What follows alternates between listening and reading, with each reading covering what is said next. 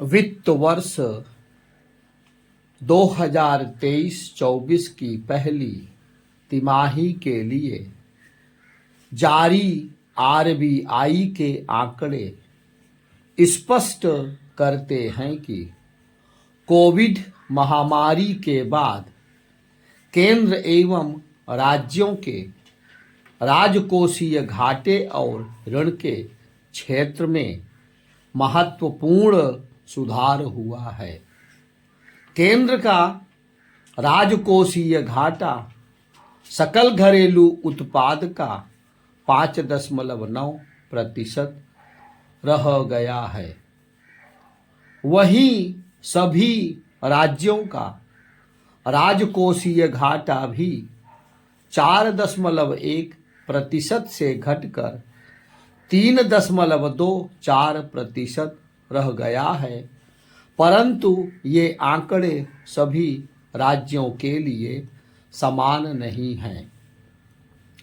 वित्त वर्ष 2020-21 में 4 राज्य बिहार, गोवा, ओडिशा और उत्तर प्रदेश राजकोषीय घाटे के लक्ष्य को पाने में पिछड़ गए हैं।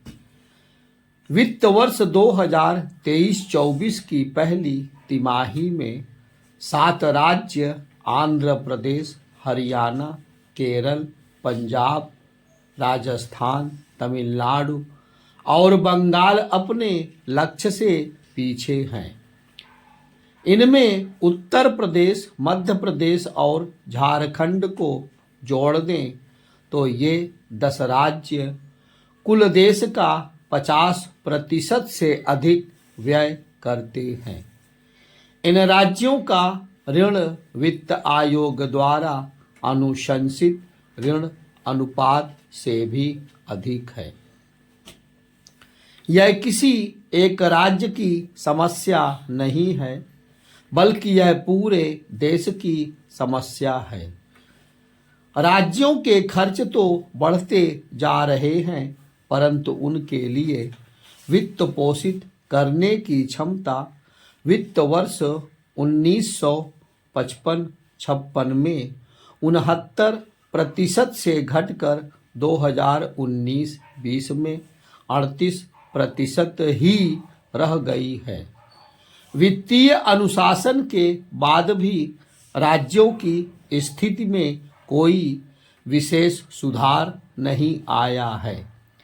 राज्यों की बढ़ती उधारियां अर्थव्यवस्था पर न सिर्फ प्रतिकूल प्रभाव डाल रही हैं, बल्कि इसका प्रभाव उन राज्यों पर भी हो रहा है जो विकसित बनने की दिशा में अग्रसर हैं। राज्यों का व्यय उनकी आय से अधिक होने के कारण वे अधिक ऋण की मांग करते हैं। ब्याज भुगतान, सब्सिडी, पेंशन, कर्ज माफी आदि गैर उत्पादक व्यय के बढ़ने से राज्य सरकारों पर आर्थिक दबाव बढ़ता जा रहा है।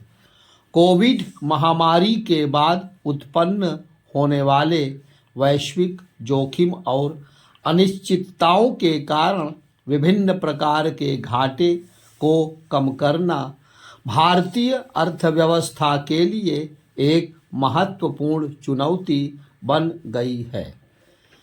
तेजी से बदलती वैश्विक आर्थिक गतिविधियों ने नीति निर्माण को यह सोचने पर विवश कर दिया है कि सब्सिडी एवं मुद्रास्फीति के साथ राजकोषीय संतुलन का प्रबंधन किस प्रकार किया जाए। इस संतुलन को साधने के लिए सरकार कर के दायरे में सुधार करने के बजाय कर की गहनता को बढ़ावा दे रही है, जो आने वाले समय के लिए मुश्किलें पैदा कर सकती हैं। इन दिनों भारतीय राज्यों के समक्ष दोहरी समस्या है। एक तरफ कम कर कम राजस्व और बढ़ता घाटा है, तो दूसरी ओर विकास प्रक्रिया को तेज करने के लिए इंफ्रास्ट्रक्चर विकास पर अधिक व्यय करना पड़ता है। प्रत्येक राज्य की विशेषताएं भी इस असमानता को बढ़ा रही हैं। जनसंख्या, आर्थिक विकास, शहरीकरण, प्राकृतिक संसाधन, जलवायु, इंफ्रास्ट्रक्चर, नियामक वातावरण, श्रमिक सुधार, नेतृत्व क्षमता आदि में भिन्नता के कारण राज्यों में आर्थिक सामाजिक असमानताएं तेजी से बढ़ रही हैं। आकर्षक इंफ्रास्ट्रक्चर एवं सुविधाओं के कारण महाराष्ट्र, गुजरात, कर्नाटक और तमिलनाडु निजी निवेश को आकर्षित कर समृद्ध राज्यों में बदल रहे हैं। आंध्र प्रदेश और तेलंगाना आर्थिक शक्ति के केंद्र के रूप में तेजी से उभर रहे हैं। उत्तर प्रदेश दीर्घकालिक वाणिज्यिक संभावनाओं के रूप में तेजी से उभर रहा है, जबकि अन्य राज्य इस दौड़ में काफ़ी पीछे हैं। इन राज्यों के विभिन्न प्रकार के व्यय और घाटे को पूरा करने के लिए केंद्र सरकार लंबे समय तक अनुदान और ब्याज मुक्त ऋण देने की स्थिति में नहीं है। ऐसी स्थिति में राज्यों के राजकोषीय एवं राजस्व घाटे के उचित प्रबंधन के लिए रणनीतिक पहल की आवश्यकता है। इस संदर्भ में भारत को अपने विकास मॉडल पर पुनर्विचार करना होगा, जिससे प्रत्येक राज्य का देश के विकास में अहम योगदान हो सके। यदि वैश्विक परिदृश्य के साथ आगे बढ़ना चाहते हैं, तो हमें प्रत्येक राज्य को विकास के अवसर उपलब्ध करवाने होंगे। यह तभी संभव है जब बाहरी स्रोतों पर निर्भर रहने के बजाय राज्यों को अधिक आर्थिक अधिकार मिले।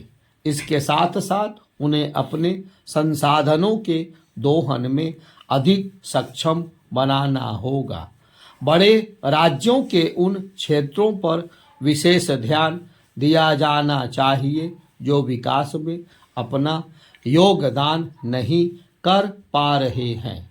स्थानीय जरूरतों के आधार पर बड़े राज्यों के पिछड़े क्षेत्रों को नए राज्य के रूप में बनाया जाना चाहिए।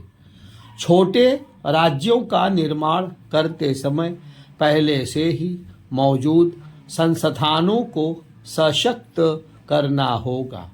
नए राज्यों के विकास और दक्षता में बढ़ोतरी से लोकतांत्रिक शासन की व्यवस्था भी मजबूत होगी। प्रत्येक राज्य को कम से कम अर्थव्यवस्था, बुनियादी ढांचा, कृषि, शिक्षा, स्वास्थ्य, कानून व्यवस्था, शासन, समावेशी विकास, उद्यमिता, पर्यटन, पर्यावरण और स्वच्छता पर विशेष ध्यान देना होगा। राज्यों की राजकोषीय स्थिरता के लिए सभी को मिलकर कार्य करना होगा। वित्त आयोग के भी पुनर्मूल्यांकन की आवश्यकता है।